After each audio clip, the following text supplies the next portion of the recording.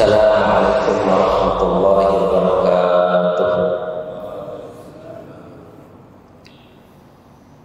Alhamdulillah,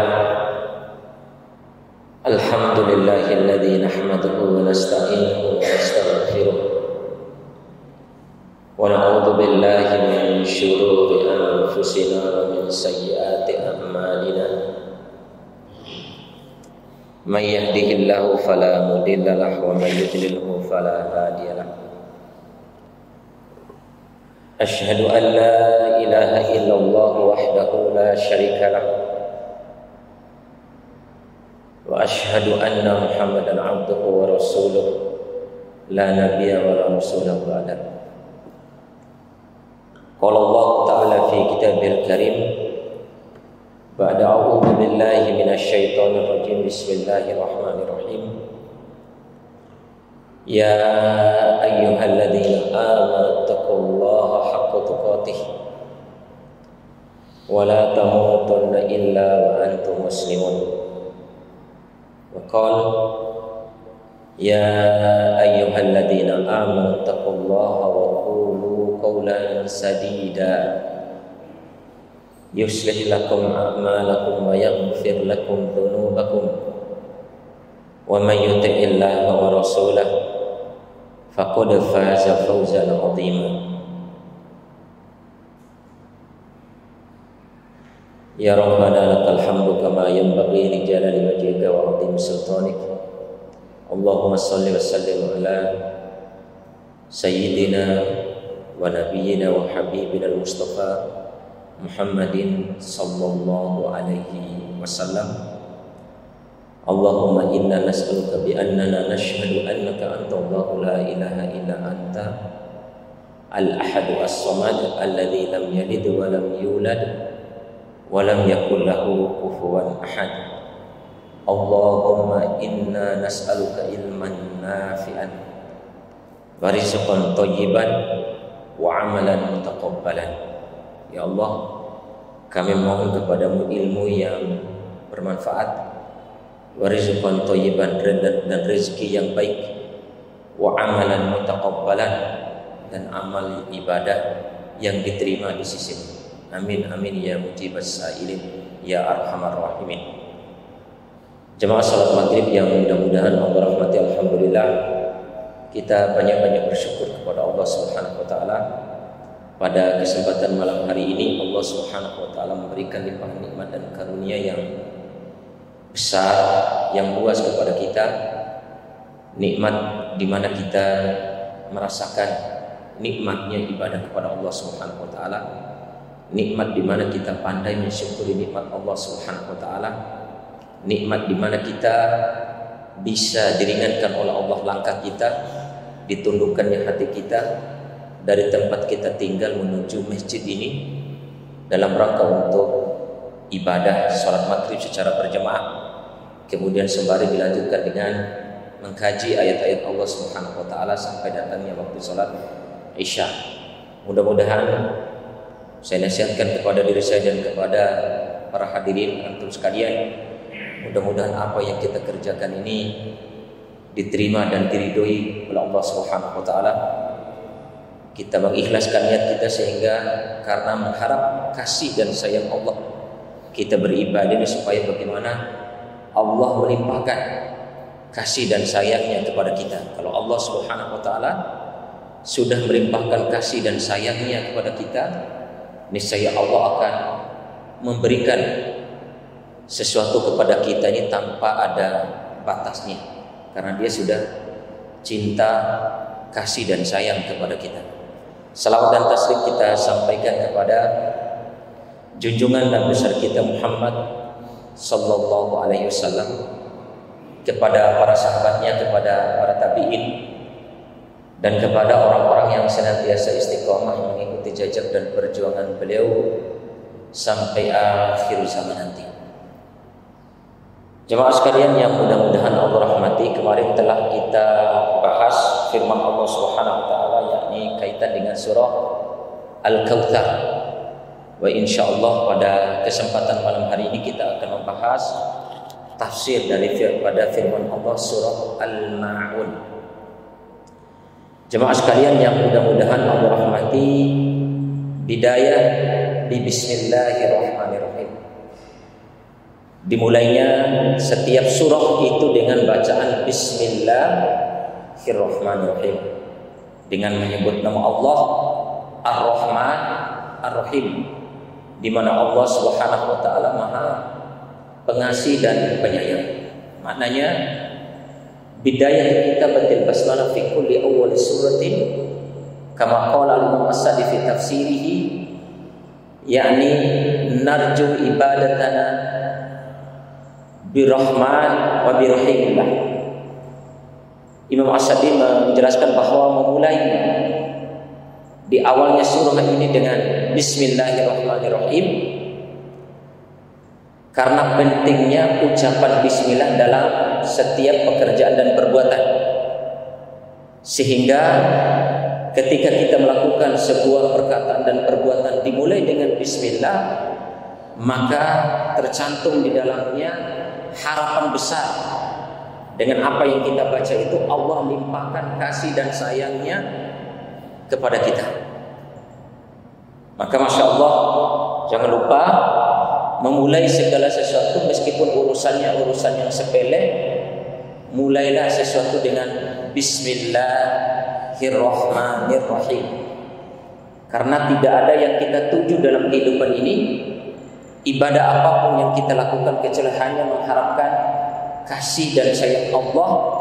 Sehingga Al-Imam As-Sa'di memberikan penafsirannya, ketika mulai sesuatu dengan bismillah, jangan sampai kita ini lupa dalam segala sesuatu dimulai dengan Bismillahirrahmanirrahim. Karena Bismillahirrahmanirrahim maknahu yakni ad-doa. Makna daripada Bismillahirrahmanirrahim itu adalah ad-doa. Al-Imam Al-Qurtubi menjelaskan bahwa Bismillahirrahmanirrahim, memulai sesuatu dengan bismillah, ad-doa, harapan dari lubuk hati kita yang paling dalam. Ketika memulai sebuah pekerjaan dengan Bismillahirrahmanirrahim, Allah mudah-mudahan melimpahkan kasih dan sayangnya kepada kita. Ini jemaah sekalian yang mudah-mudahan Allah rahmati. Kalau Allah sudah limpahkan kasih dan sayangnya ini, Masya Allah, maka kita akan menjadi walinya Allah Subhanahu wa ta'ala. Amin ya rabbal alamin. Ayat yang pertama, Allah Subhanahu wa ta'ala muqaddimah di dalam surah Al-Maun. Ara'aital ladzi yukadzibu bid-din. Ara'aital ladzi yukadzibu bid-din. Tahukah kamu, ara'aital ladzi yukadzibu bid-din, tahukah kamu sekalian wahai Muhammad, wahai orang-orang Islam, wahai umat Muhammad sallallahu alaihi wasallam, siapakah orang yang mendustakan agama? Pertanyaan Allah Subhanahu wa taala, yakni Al-Imam Ibnu Katsir menjelaskan kenapa Allah Subhanahu wa taala menanyakan kaitan kepada kita ini, padahal kita ini adalah orang Islam. Tapi kembali Allah ingatkan, ara'aital ladzi yukadzibu bid-din, tahukah kamu Muhammad, tahukah kamu umat Muhammad, siapakah orang yang mendustakan agama, supaya kita ini selalu mengingat diri dan sadar diri, supaya jangan sampai kita ini termasuk orang yang lupa kepada Allah sehingga menjadi orang yang mendustakan agama Allah Subhanahu wa ta'ala. Ini peringatan Allah Subhanahu wa ta'ala. Meskipun kita sudah sholat, meskipun kita ini berdakwah, meskipun kita ini sudah amar ma'ruf nahi munkar dan yang lainnya, Imam Ibnu Katsir menjelaskan di dalam tafsirnya supaya kita selalu ingat diri, jangan sampai kita termasuk orang yang mendustakan agama. Jemaah sekalian yang mudah-mudahan Allah rahmati, Imam Ibnu Katsir meskipun nanti menjelaskan bahwa termasuk di antara orang yang mendustakan agama itu adalah fadzalikal ladzi yad'ul yatim, yaitu yang menghardik anak yatim, yang mencela anak yatim. Tapi pembahasan Imam Ibnu Katsir lebih daripada itu. Ini bagian daripada orang yang mendustakan agama ini, termasuk yang disebutkan di dalam surah Al-Maun ini. Jemaah sekalian yang mudah-mudahan Allah rahmati, orang yang mendustakan agama ditafsirkan oleh Imam Katsir dalam tafsirnya bimakna huwa yarudduddin, orang yang menolak agama Islam. Maksudnya tidak mau menerima agama Islam, atau orang non-Islam kemudian dia tidak mau menerima Islam. Kemudian yang kedua, Imam Ibnu Katsir mengatakan yang dimaksud dengan orang yang mendustakan agama itu adalah orang Islam tapi dia tidak mau menjadikan Islam itu sebagai panduan hidupnya, sebagai tata cara hidupnya, sebagai yang mengatur kehidupannya. Ya, ara'aital ladzi yukadzibu biddin. Kita orang Islam sudah bersyahadat tapi yukadzibu biddin. Kita sholat tapi dalam hati kita, dalam pemikiran dan ide kita, kehidupan kita, hidup kita ini tidak mau diatur oleh Islam. Tidak mau diatur oleh Islam. Ini bahkan yang kedua, Imam Ibnu Katsir menjelaskan setelah orang kafir kemudian tidak mau menerima Islam, yang kedua orang Islam dan pengikut Muhammad SAW tapi tidak mau menjadikan hidupnya diatur oleh Islam. Bahkan Al-Imam Ibnu Katsir mengatakan yuqabbiluna ba'dahu wa yarudduna ba'dahu.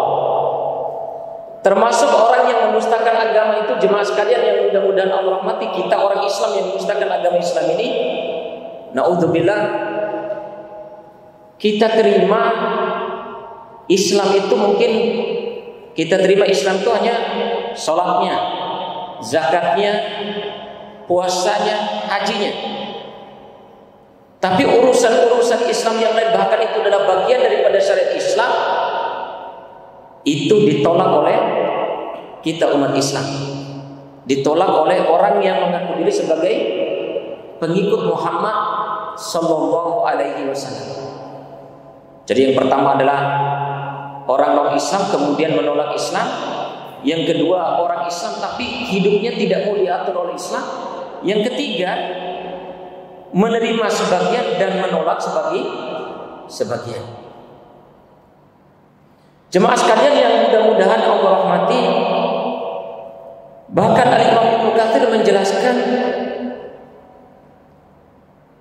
bahwa termasuk orang yukadzibu biddin yang mendustakan agama itu adalah kita orang Islam yang tidak mau melaksanakan syariat dan kewajiban-kewajiban di dalam Islam. Kalau ini lebih ringan. Dia tidak menolak, tapi karena faktor kemalasan inilah yang membuat dia tidak mau melaksanakan syariat Islam. Karena faktor kemalasan dan kelalaianlah yang membuat dia tidak mau melaksanakan apa yang menjadi isi dan ajaran di dalam Islam. Maka ini juga bagian daripada orang yukadzibu biddin. Jemaah sekalian yang mudah-mudahan Allah rahmati, itu tafsiran kaitan dengan yukadzibu biddin. Jangan sampai kita ini termasuk orang Islam atau pengikut Muhammad Sallallahu Alaihi Wasallam, tapi malah menolak atau benci satu, apalagi lebih daripada satu bagian daripada syariat-syariat Islam. Ya, naudzubillah. Karena di sini penekanannya Imam Ibnu Katsir ini orang yang menolak meskipun satu daripada syariat Islam, tidak meyakini satu saja dari syariat Islam itu termasuk orang yukadzibu biddin, orang yang mendustakan agamanya Allah Subhanahu wa taala. Jemaah sekalian yang mudah-mudahan Allah rahmati,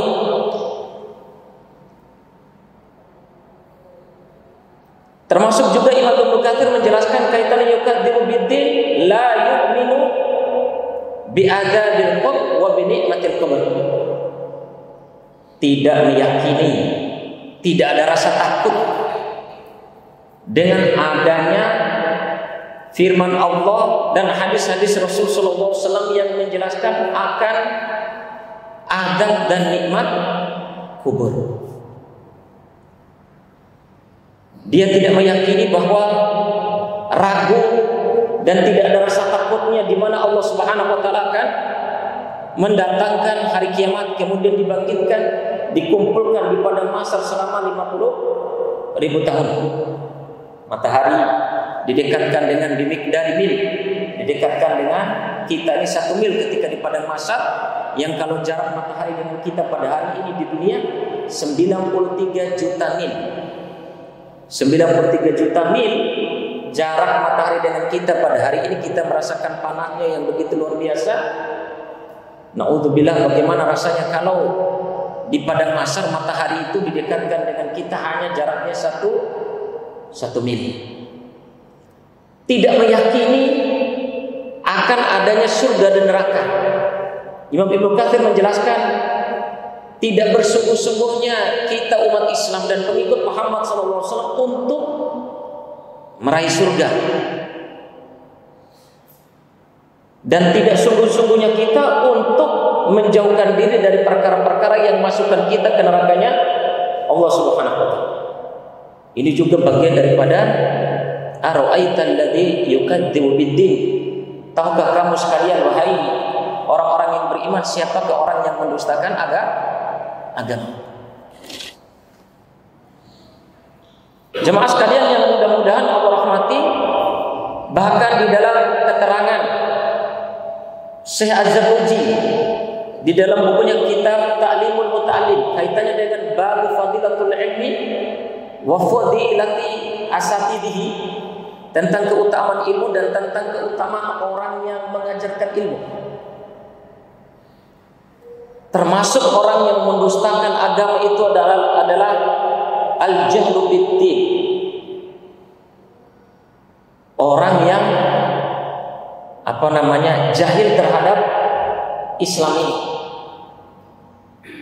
jahil terhadap ajaran-ajaran Islam, al-judu fit ta'lim, kemudian lalai, tidak belajar tentang Islam ini, sehingga masya Allah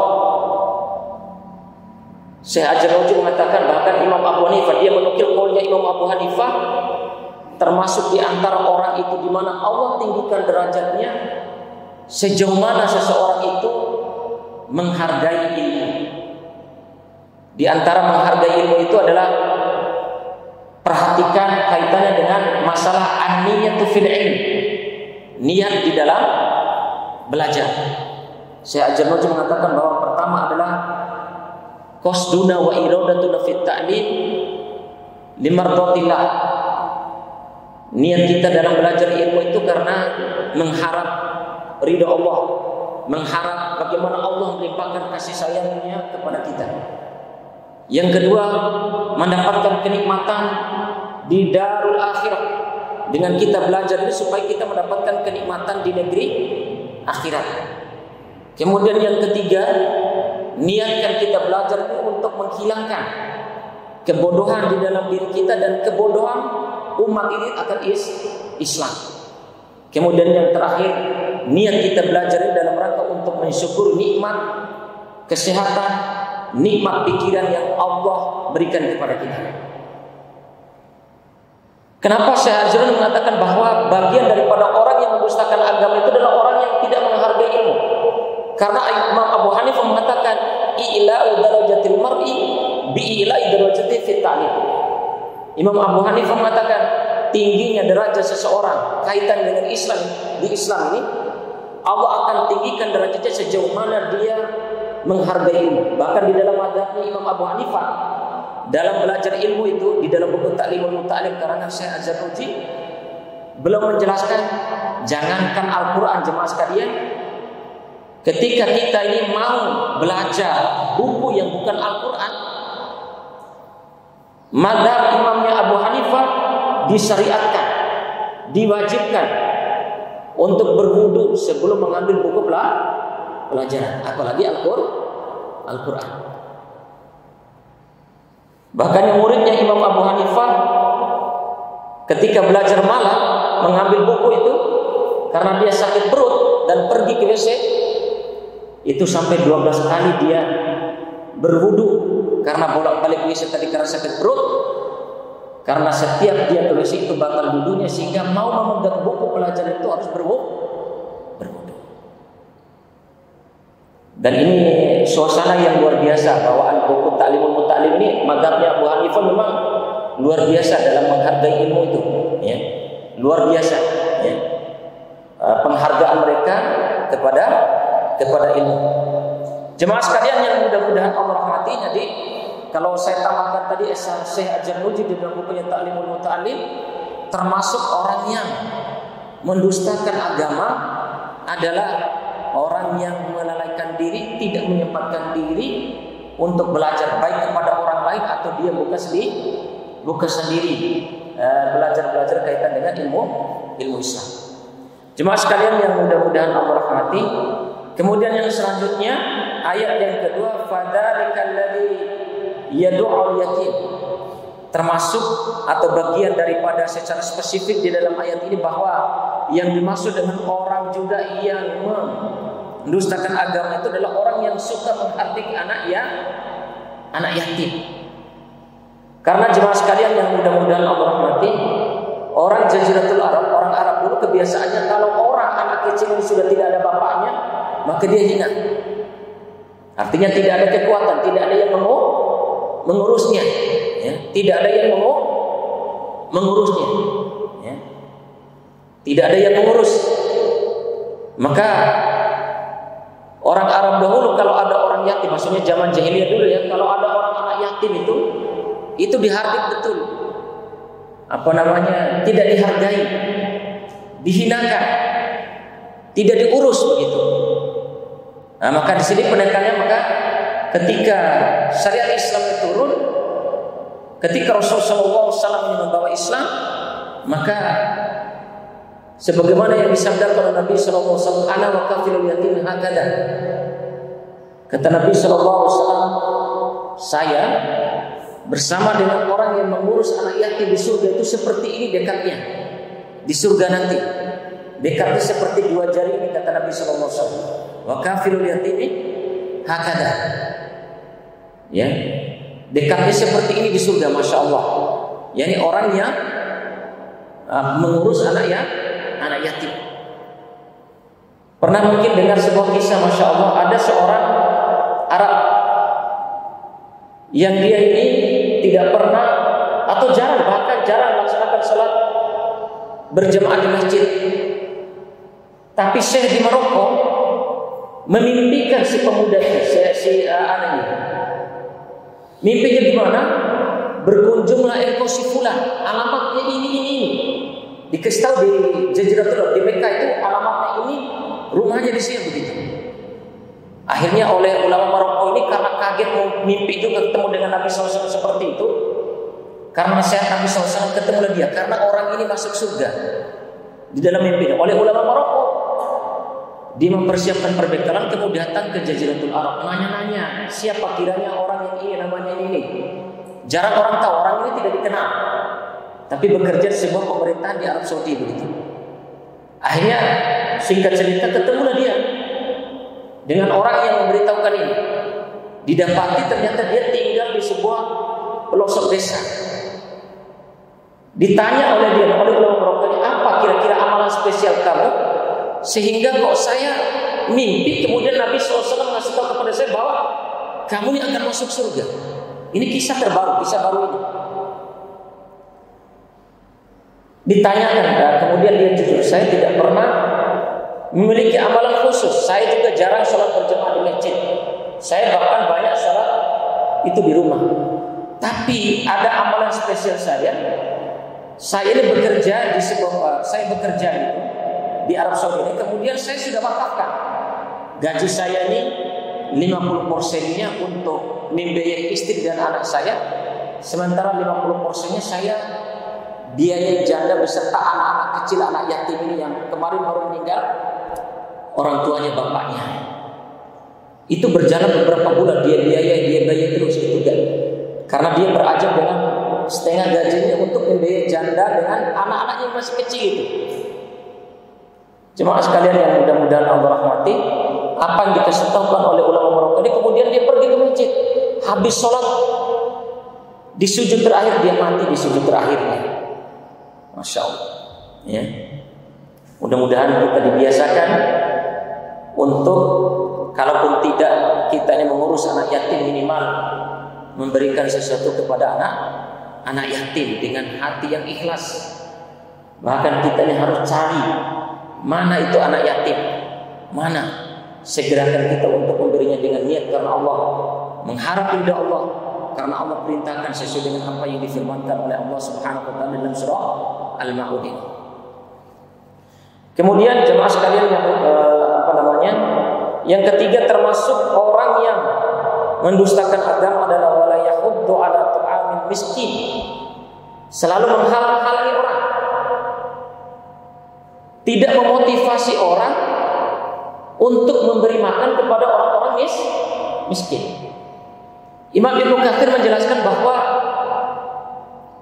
karena dahulu itu kebiasaan orang-orang di Jaziratul Arab ini sangat kikir begitu untuk memberikan makan kepada orang-orang miskin. Sangat kikir. Bahkan sebagian daripada orang-orang ini bahkan melarang orang ini, mengiklankan kepada orang, memberitahukan kepada orang supaya apa? Jangan memberi makan orang-orang miskin. Sehingga kenapa Allah Subhanahu wa taala turunkan surat Al-Ma'un ini kaitan dengan tadi menghardik anak yatim, membiasakan diri untuk menghina anak yatim, kemudian tidak membiasakan diri untuk memberi makan kepada anak yatim fakir miskin, kemudian jangankan memberi makan anak fakir miskin, tapi mereka ini malah mendakwahi orang, mengingatkan orang supaya tidak memberi sesuatu kepada orang miskin. Jemaah sekalian yang mudah-mudahan Allah rahmati, maka Allah turunkan Imam Ibnu Katsir ini. Kenapa Allah tekankan untuk menurunkan ayat ini? Karena ini bagian daripada kehidupan sosial kita untuk memberi sesuatu kepada orang-orang yang miskin. Jemaah sekalian yang mudah-mudahan Allah rahmati, kalau kita lihat di dalam surat Al-Qalam, Nun, di dalam surat Nun itu ya, Al-Qalam, itu ada sebuah kisah di mana mereka ini mau manen hasil kebun mereka besok hari. Tapi dalam keterangan itu mereka lupa baca insya Allah. Itu pertama dosanya. Pastikan besok kita akan memanen hasil kebun kita. Dosa yang kedua di dalam surah An-Nun ini, orang-orang yang mau memanen sesuatu ini, memanen hasil kebun mereka ini, ada bahasa daripada tokoh-tokoh masyarakat yang ada di situ supaya jangan sampai orang miskin yang pertama kali memasuki kebun-kebun kita, dan halang-halangilah orang-orang miskin untuk masuk ke kebun kita, karena mereka nanti hanya akan bisanya meminta-minta saja dari hasil kebun kita. Dari dua kejadian ini, pertama karena lupa baca insya Allah ketika mau memanen hasil kebunnya besok, yang kedua karena mereka sudah sampaikan jangan tutup pagar-pagar kalian, pagar-pagar kebun kalian bila kalian sudah melihat anak-anak miskin yang mau masuk kebun-kebun besok itu, jangan kasih jalan. Dengan dua dosa ini jemaah sekalian, tiba-tiba ketika mereka mau manen ke kebun mereka, habis isi kebun mereka karena dibakar oleh Allah Subhanahu wa taala. Karena dibakar oleh Allah Subhanahu, karena dua dosa tadi, lupa mengucapkan insya Allah untuk panen besoknya. Yang kedua, memang mereka sudah kasih tahu kepada orang-orang yang mau memanen kebun itu supaya menghalang-halangi, bahkan menutup pagar, jangan sampai orang-orang miskin masuk ke kebun yang besok mau dipanen. Na'udzubillah, tsumma na'udzubillah min dzalik. Kemudian fawailul lil musallin, termasuk juga orang yang mendustakan agama adalah orang yang lalai di dalam sholatnya. Ini banyak sekali keterangan para ulama. Yang dimaksud dengan lalai dalam sholatnya itu lalai daripada memperhatikan waktu-waktu sholat. Tidak sholat pada tepat waktunya. Ada penjelasan para ulama yang dimaksud dengan lalai pada sholat itu tidak tepat pada waktunya. Sholat asar dia kerjakan, itu yang pertama penjelasan Imam Muqtadir. Sholat asar dia kerjakan ketika mendekati masuk waktu maghrib. Kemudian ada yang kedua yang penjelasan para ulama yang dimaksud dengan orang yang lalai dalam sholatnya tidak tepat waktu sholat, tidak di awal waktu. Yang lebih terperinci lagi, Imam As-Sa'di menjelaskan bahwa yang termasuk di antara orang yang lalai dalam sholatnya adalah orang yang tidak mendapati imam ketika sholat itu, ketika imam takbiratul ihram. Ya, karena kalau di dalam penjelasan para ulama tidak mendapati imam takbiratul ihram ketika sholat ini adalah termasuk di antara pada ciri daripada sholatnya orang-orang munafik. Bahkan Nabi SAW bersabda, barang siapa yang sholat berjemaah kemudian mendapati imam takbiratul ihram selama 20 hari, ya, 20 hari, maka Allah akan hilangkan dia dari sifat kemunafikan. Ya, Masya Allah, mudah-mudahan kita dijaga. Fawailul musallin, orang yang sholat, orang yang lalai dalam sholatnya ini adalah dia sudah sempurna wudunya, dia sudah sholatnya di awal waktu, bahkan mendapati imam ketika di awal waktu. Walakin la khusyuk fi sholatih, tapi tidak ada kekhusyuan di dalam sholatnya. Apa yang dibaca lewat begitu saja. Ketika dia takbiratul ihram, dia tidak memaknainya dan tidak merasakan kandungan isi daripada takbiratul ihram tersebut. Ketika dia membaca ayat, lalai begitu saja, terlewatkan begitu saja. Sehingga Imam Ibnu Katsir menjelaskan, dari awal dia sholat sampai selesai salat hanya gerakan badan, dia tidak tahu sudah berapa rakaat yang dia kerjakan. Ya.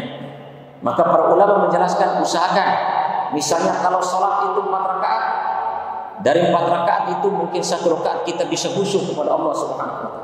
Ditingkatkan lagi dari 4 rakaat menjadi 2 rakaatnya kita bisa khusyuk betul kepada Allah Subhanahu wa taala. Kalaupun tidak, lebih baik lagi adalah 3 rakaat. Lebih baik lagi adalah 4 rakaat. 4 rakaat kita bisa khusyuk di dalam sholat. Bahkan di sini dikatakan oleh Imam Ibnu Katsir, di antara salah satu yang menyebabkan kita lalai di dalam sholat itu adalah naqra'u fi qiraatil Qur'an atau naqra'ul Qur'an fi sholatina wa lam nafham makna. Kita ini ketika menjadi imam atau ketika kita sholat, surah yang kita baca ini kita tidak paham maknanya. Maka ditekankan oleh para ulama, bacalah surah-surah meskipun pendek, tapi kalian bisa mengerti minimal artinya. Minimal mengetahui artinya. Lebih baik lagi, kata Imam Ibnu Katsir, kalian pahami artinya, kemudian kalian pahami penjelasan dan maksud daripada ayat-ayat tersebut atau surah-surah yang kita baca. Maka kenapa Imam Ibnu Katsir mengatakan anna salatan wa anna qira'atana fi salatina doa udah. Karena menurut Imam Ibnu Katsir, meskipun ini sebagian ulama juga tidak sepakat, tapi menurut Imam Ibnu Katsir, karena setiap bacaan sholat kita, baik bacaan yang berkaitan dengan sujud dan ruku dan bacaan-bacaan ayat-ayat Al-Quran di dalam sholat, kulluha doa, semuanya itu adalah doa. Jadi seluruh bacaan sholat dari takbiratul ihram sampai selesai, kata Imam Ibnu Katsir, itu adalah seluruhnya adalah doa. Maka jemaah sekalian yang mudah-mudahan Allah rahmati, karena ini adalah sholat hubungan yang paling besar kita dengan Allah Subhanahu wa taala, hubungan yang paling dekat kita dengan Allah Subhanahu wa taala, maka jangan sampai kita lalai dalam sholat ini. Fahami bacaan yang kita baca. Ketika sholat, surah-surah yang pendek, tapi kita sudah minimal, kita sudah tahu artinya. Celakalah orang-orang yang sholat alladzina fi sholatihim sahun, ini orang-orang yang lalai dalam sholatnya. Alladzina hum yura'un. Sudah aja? Sudah ya? Saya tambahkan sedikit. Alladzina hum yura'un, yakni orang yang sholat karena mengharapkan atau dilihat oleh orang, atau ingin dipuji oleh orang. Makanya saya nasihatkan, saya nasihatkan kepada diri pribadi saya dan kepada antum sekalian, perhatikan semua masalah niat ini. Jangan sampai sia-sia kita sholat karena hanya sekedar dilihat orang, karena dipuji orang. Alhamdulillah. Niatkan karena ya Allah. Makanya mulai Bismillah. Ya Allah, saya sholat karena mengharap kasih dan sayang, supaya bagaimana Engkau ridho kepada saya, supaya bagaimana Engkau bisa melimpahkan kasih dan sayang kepadamu ya Allah. Itu saja, ya. Nggak usah mengharap yang lain, itu saja, ya. Karena itu niat yang paling tinggi ketika kita dalam sholat. Kemudian orang yang mendustakan agama yang terakhir adalah wayamna'un al-ma'mun, kikir dengan barang-barang yang berguna. Imam Ibnu Katsir mengatakan ember itu atau gayung itu berguna kalau kita beri pinjaman kepada orang lain, dan itu tidak bernilai harganya, tidak seberapa, obeng apa segala. Nah, orang dulu hanya barang-barang begitu saja kikir, apalagi barang-barang yang lebih daripada itu. Nah, kalau barang-barang itu saja kikir, apalagi barang-barang yang lebih besar daripada itu, kaitan dengan fulus, kaitan dengan apa? Kalau hanya obeng, kabel, gayung saja, ini ditafsir oleh Ibnu Katsir itu seperti itu, barang-barang yang tidak bernilai harganya tapi bermanfaat untuk umum. Kok kita kikir untuk memberikannya kepada orang lain? Apalagi urusan barang-barang yang lebih berharga daripada itu, maka ini adalah termasuk orang yang mendustakan agama. Na'udzubillah, tsumma na'udzubillahi min dzalik. Ini saja yang bisa Mada sampaikan, mudah-mudahan bermanfaat. Subhanaka Allahumma wa bihamdika asyhadu an la ilaha illa anta astaghfiruka wa atubu ilaik. Subhana rabbika rabbil izzati amma yasifun wa salamun alal mursalin walhamdulillahi rabbil alamin. Wassalamu alaikum warahmatullahi wabarakatuh.